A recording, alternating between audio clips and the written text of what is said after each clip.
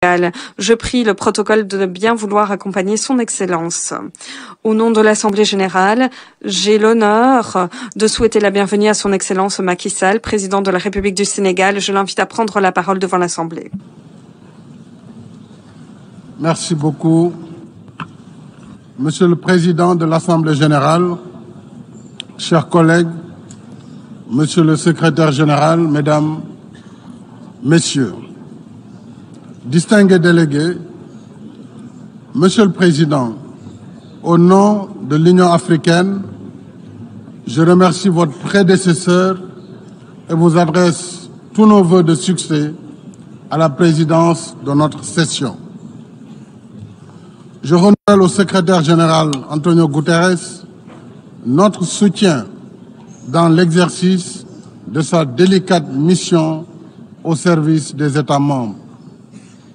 Depuis notre dernière session, le monde est devenu plus dangereux et plus incertain sous l'emprise combinée du réchauffement climatique, des périls sécuritaires et sanitaires, ainsi que de la guerre en Ukraine. Le thème de cette session montre à quel point il urge d'agir ensemble pour apaiser les tensions, soigner notre planète, réduire les inégalités persistantes nord-sud et redonner sens au multilatéralisme. Le Conseil de sécurité est interpellé au premier chef afin qu'il traite de la même manière toutes les menaces à la paix et à la sécurité internationale, y compris en Afrique. Le terrorisme qui gagne du terrain sur le continent n'est pas qu'une affaire africaine. C'est une menace globale qui relève de la responsabilité première du Conseil, garant du mécanisme de sécurité collective en vertu de la charte de l'organisation.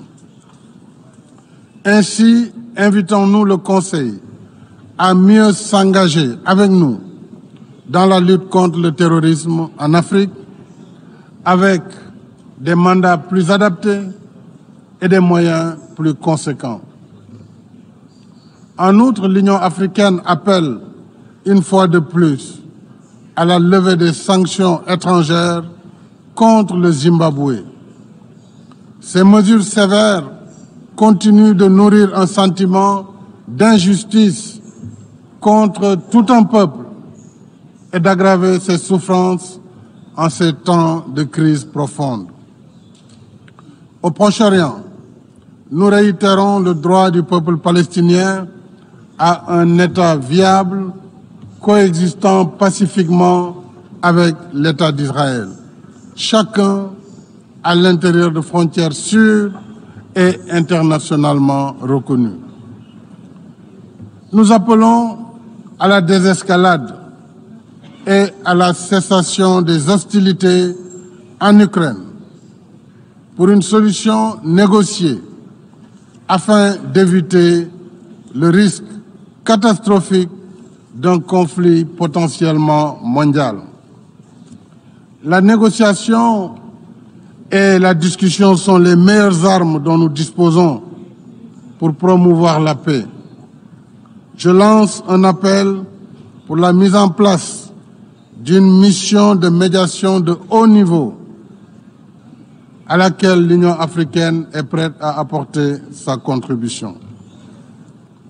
Près de 80 ans après la naissance du système des Nations Unies et des institutions de Bretton Woods, il est temps d'instaurer une gouvernance mondiale plus juste, plus inclusive et plus adaptée aux réalités de notre temps. Il est temps de vaincre les réticences et de construire les narratifs qui persistent à confiner l'Afrique à la marge des cercles décisionnels. Il est temps de faire droit à la juste et légitime revendication africaine sur la réforme du Conseil de sécurité tel que reflété dans le consensus d'Iselweni. Dans le même esprit, je rappelle notre demande d'octroi d'un siège à l'Union africaine au sein du G20 pour que l'Afrique puisse enfin se faire représenter là où se prennent les décisions qui engagent 1,4 milliard d'Africains. Je remercie chaleureusement les partenaires qui nous ont déjà exprimé leur soutien et invite les autres à considérer favorablement notre candidature.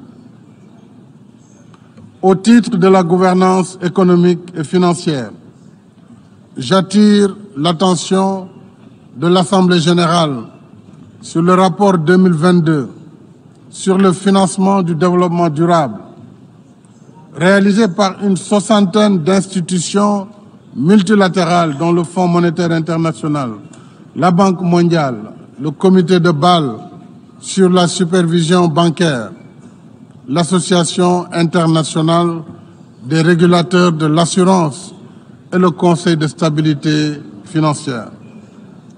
Ce rapport relève les insuffisances dans les procédés d'évaluation des agences de notation et souligne l'importance d'appliquer des méthodologies transparentes afin de ne pas miner la confiance dans les notations.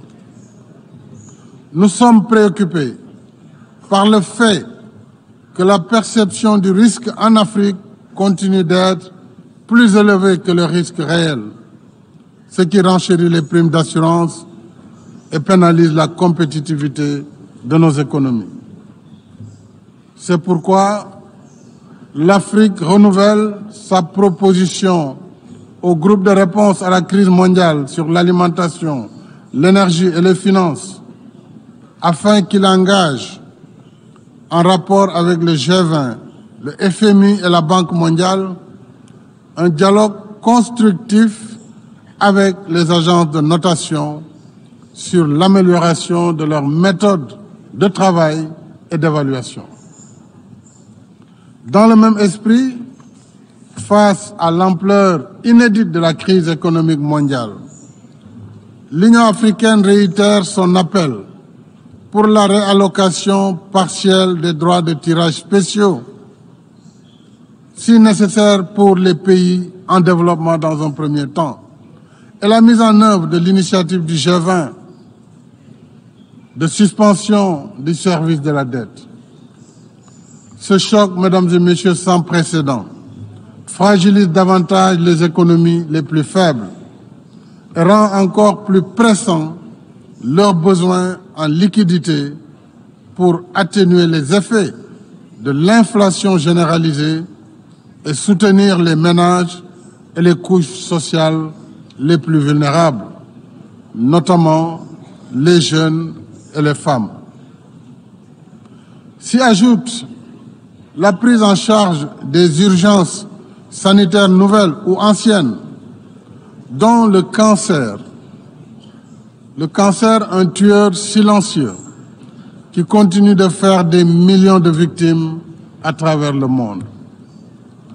J'appelle à la mobilisation en faveur de la campagne Race of Hope de l'Agence internationale de l'énergie atomique pour le renforcement des capacités des pays membres, africains en particulier, dans la lutte contre le cancer grâce aux technologies nucléaires telles que l'imagerie médicale, la médecine nucléaire et la radiothérapie.